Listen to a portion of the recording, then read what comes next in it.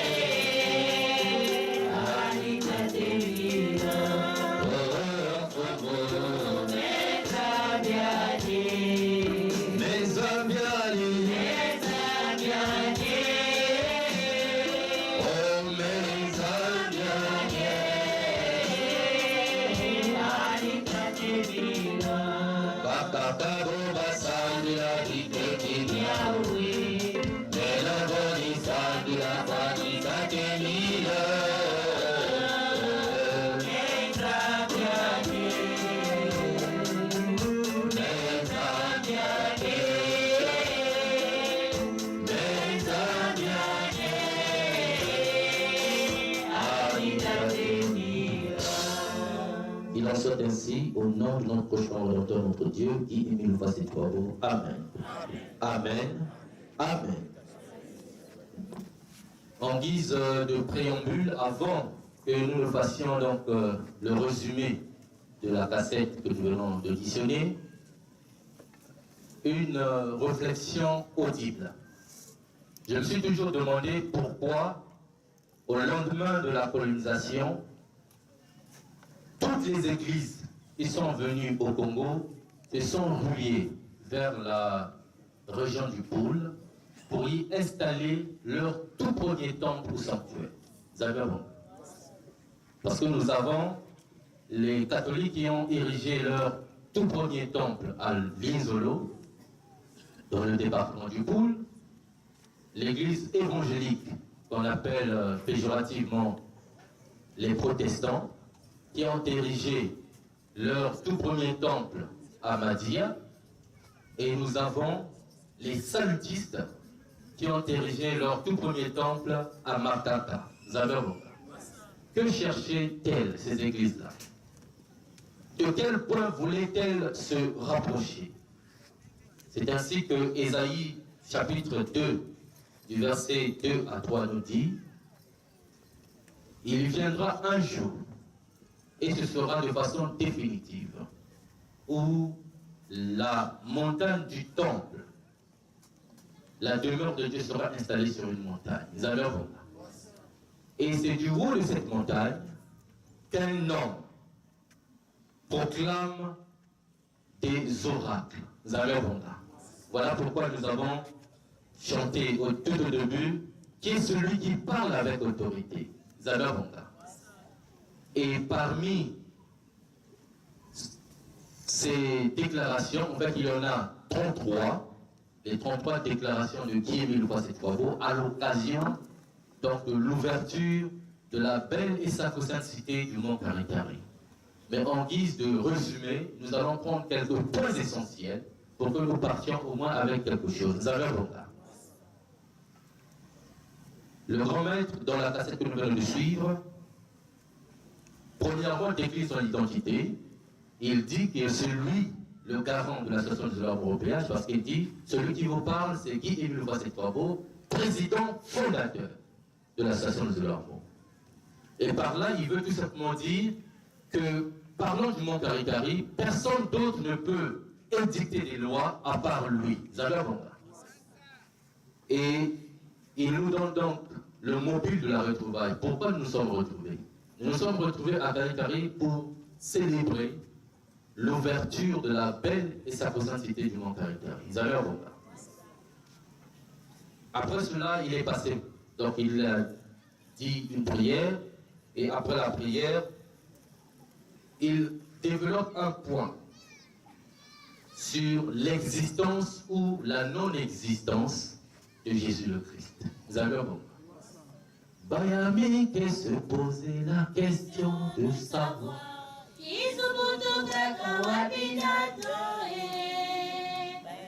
Que se poser la question de savoir. En conclusion, le grand maître dit que Jésus a bel et bien existé. Vous avez un bon cas. Il a foulé ce sol, il a été parmi nous, il a apporté ce point pour que nous ne soyons pas comme ceux qui disent Utanditi Pundianye Kabako Kalombo Bako c'est bien Wamoyo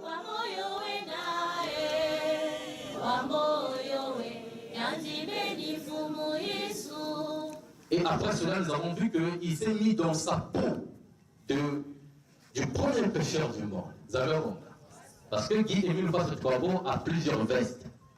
Il est président fondateur, il est Dieu, mais il est aussi le premier pécheur du monde. Vous avez compris?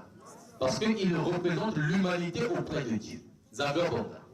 Et dans ce rôle, je vais donc devoir chanter une chanson que j'aimerais que nous chantions ensemble. Tchele Kanzambi, levez-le s'il vous plaît. Awana Toto, Tchele Kanzambi, Gefilisa Kamono, Awana Toto, Nakusadina Baba Boya Kepango,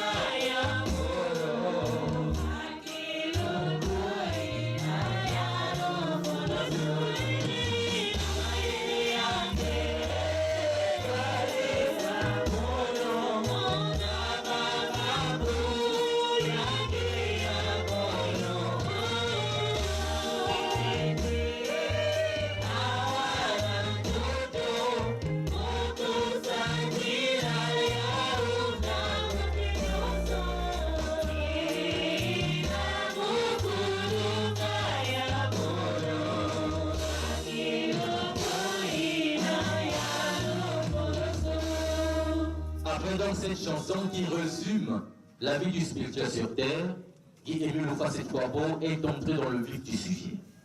Il nous a révélé, il nous a expliqué l'histoire, d'où nous venons et pourquoi le choix du Mont Karikari. Et cette histoire est résumée dans cette chanson. Buna Wantete Kuna Olwa baby sani sikonyani silule silule ya ope ya chana kanimina silule enata mukona zonga karikare uzolo wakini ilule mukele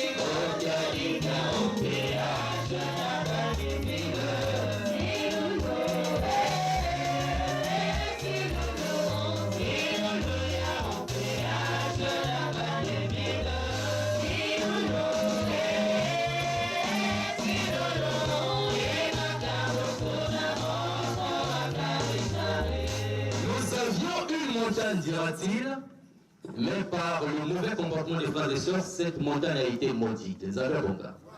Et par ses supplications, par ses prières, Dieu nous a indiqué une nouvelle montagne qu'on appelle le mont Karikari. Et ce jour-là, le grand maître explique qu'il revenait d'une prière lorsque du haut des cieux, une voix déchira les cieux pour lui dire « Émile, regarde du côté du mont Karikari. » Et quand il s'est retourné pour voir, il dit « Mon métal à Babima,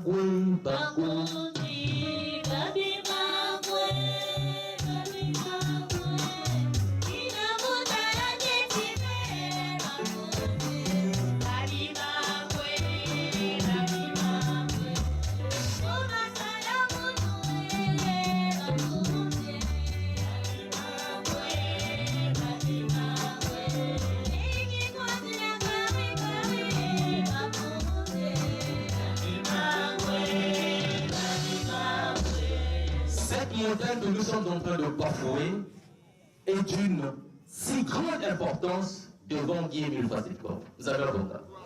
Parce que lui il dit qu'en tant que premier pécheur, j'ai du mal, ne fût-ce que à regarder le mont Karikari. Vous avez compris? Parce que le mont Karikari représente les cieux, comme il dit lui-même. Karikari. Vatadia, c'est le loyer. Kari, kari, Bazapa. Kari, kari, Vatadia, c'est le loyer. Kari, kari, Bazapa. Oh, Jérusalem, la Polita, et le Sikioso,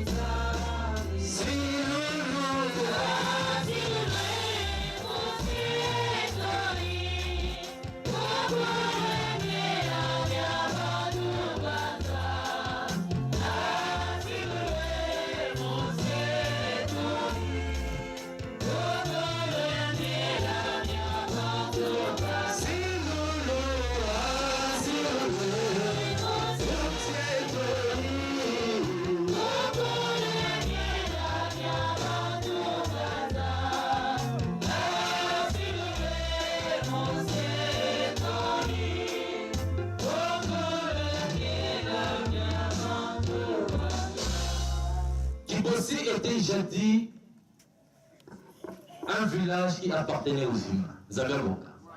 Mais le 20 mai 92, tout bascula.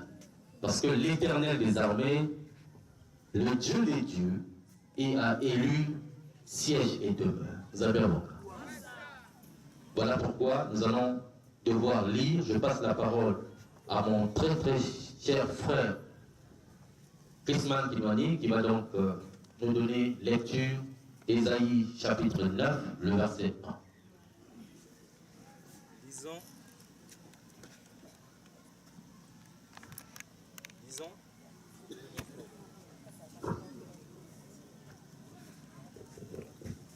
Lisons dans le livre d'Ésaïe, chapitre 9, verset 1, au nom de Papa Guy-Émile Fassitko.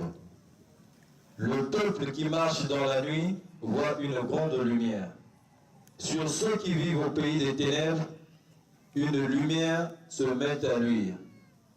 Le peuple qui marche dans la nuit voit une lumière. Sur ceux qui marchent, qui vivent plutôt au pays des ténèbres, une lumière se met à luire. Le peuple qui marche dans la nuit voit une grande lumière. Sur ceux qui vivent au pays des ténèbres, une lumière se met à luire. Amen. Amen. Amen. Ukongo braza Nzambi Watula bima mubyandi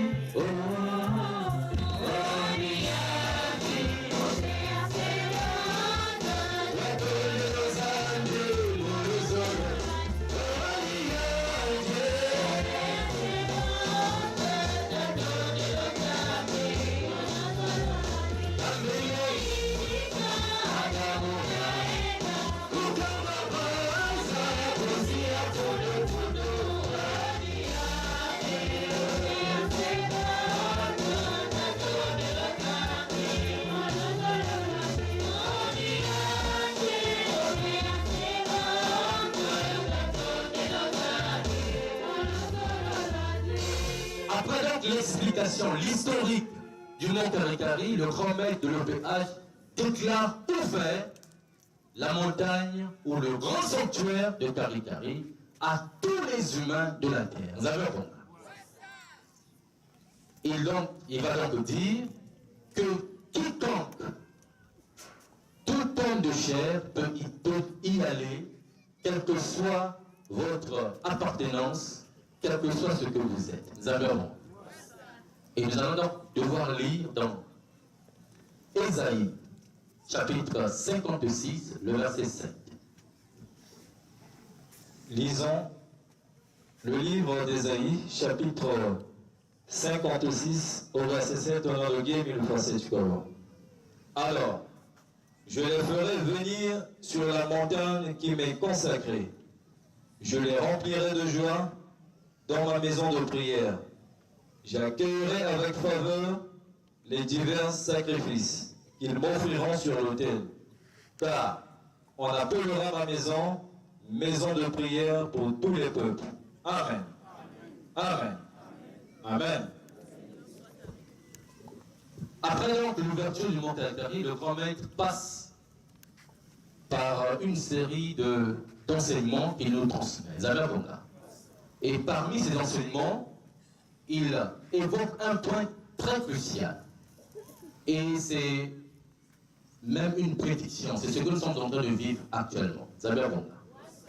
Il va dire que parmi les enfants de Dieu, il y a les enfants de Satan. Et comment les reconnaître? Le grand maître donne à titre d'exemplarité, il prend donc la contre-sensibilisation que faisaient certains membres confirmés au sujet de la consécration des enfants.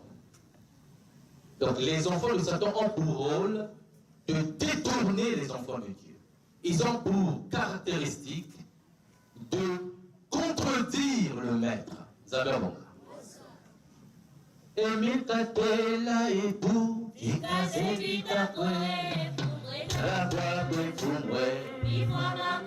prophète a dit que le mont Karikari est ouvert à tout le monde. Vous avez un bon. Les enfants de Satan disent que ceux qui sont du 884 par 83, ceux qui appartiennent au mont Ararat, ne peuvent pas mettre pied à Karikari. Contradiction ou pas contradiction? Le grand maître dit que tout homme peut arriver à Karikari.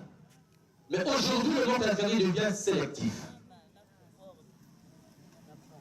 Alors que ne peut édicter des lois sur Karikari, seul, je pèse bien le mot, seul Guy Émile Houphouët-Boigny lui-même. Vous avez un bon gars.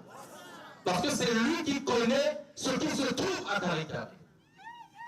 Manche qui m'a Karikari, n'ayez ma zépi.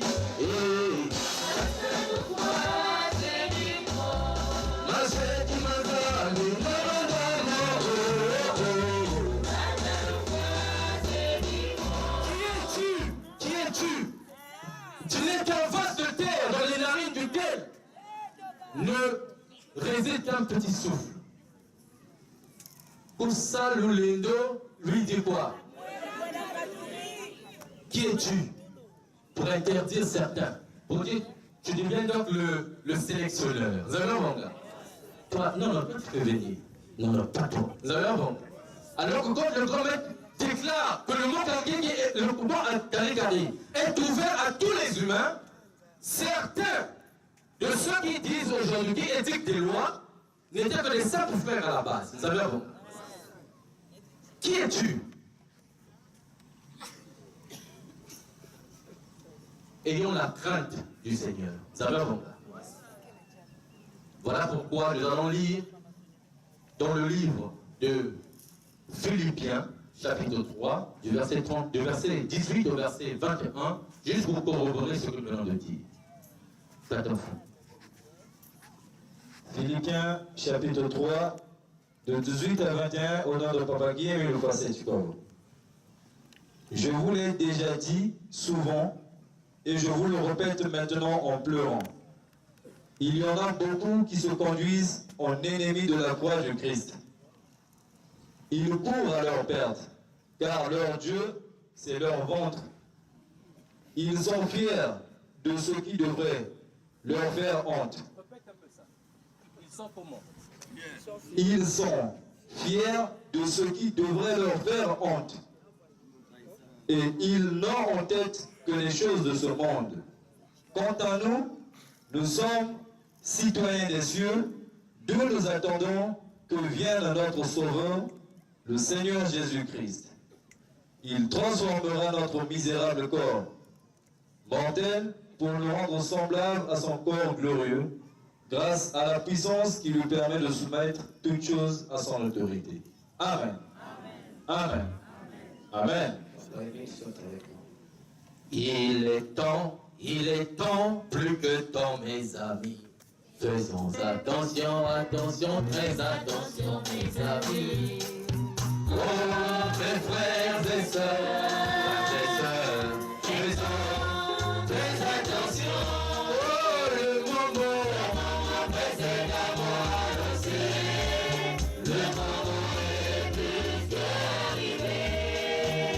Les enfants de Satan font agir les paroles qui se sont infiltrées parmi les enfants de Dieu.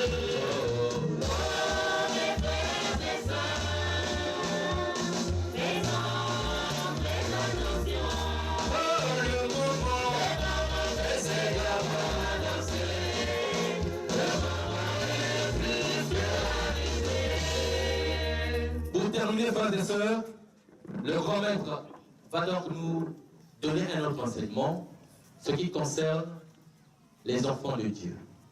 Il dit que pour être un vrai spirituel, un vrai lusolifié, un vrai membre de la seconde nation de Dieu, nous avons une marque de distinction, nous avons un signe. Et ce signe, dira Guillemille, qui nous distingue de tous les autres humains sur terre, est le respect scrupuleux du jour du sabbat. Le dimanche, ni repos. Oh, Yanzami, le dimanche, ni repos.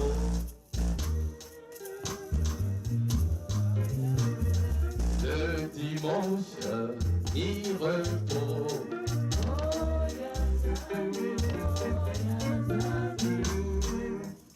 Nous allons donc écouter, parce que les gens se disent, oh mais c'est un signe banal, comment le grand peut parler du dimanche? Vous avez un bon gars. Lui dit, la parole de Dieu de ce jour, nous l'avons prise parmi les passages qu'il nous a donnés, il a dit, lisez dans Exode, chapitre 31. Du verset 17 au verset 21. Nous avons un bon gars. Mais ici, nous allons prendre Exode, chapitre 35, le verset 3. Papa Christman Diwan. Lisons dans Exode 35, au verset 3, au nom de Papa Guy-Émile Lefoy, Sétikoro. Lisons. Il y a 6 jours dans la semaine pour travailler. Le 7e jour est le sabbat, le jour du repos que vous devez consacrer au Seigneur. Tout homme qui travaillera ce jour-là sera mis à mort. Où que vous habitiez, vous ne devrez même pas allumer un feu le jour du sabbat. Amen. Amen. Amen. Toujours dans la même lancée, nous allons devoir prendre une autre écriture, parce que quand le grand maître parle, tout ce qu'il dit est biblique. Vous avez un bon cas. Ésaïe, chapitre 56, du verset 4 au verset 6. Qui est celui qui parle avec autorité, c'est qui blasphème, c'est la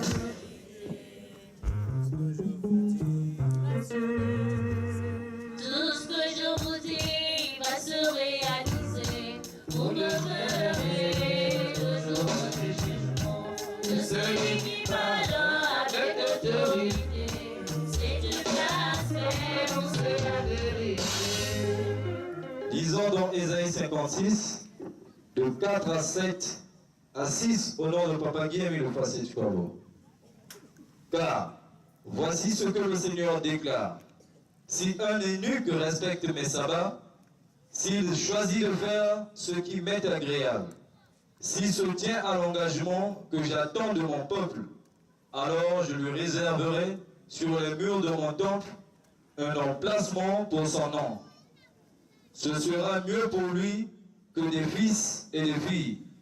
Je rendrai son nom éternel et rien ne l'effacera.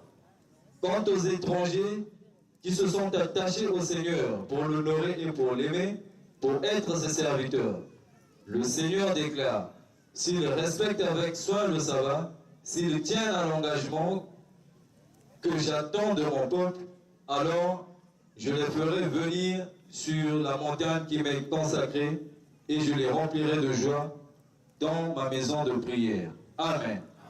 Amen. Amen.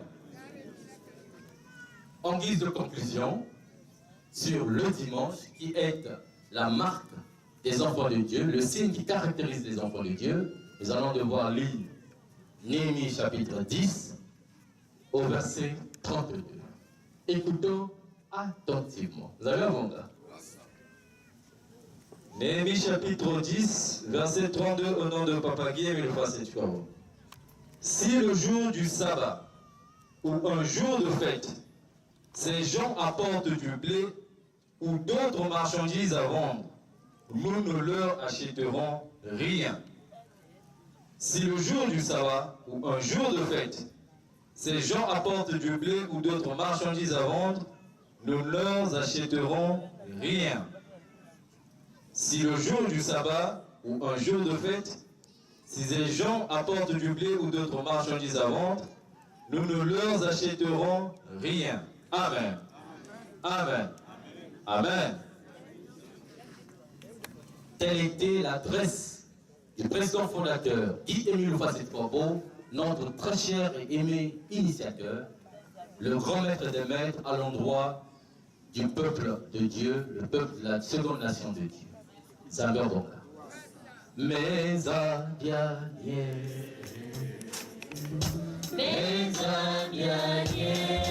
Au Guillaume de Vivifiant tout puissant.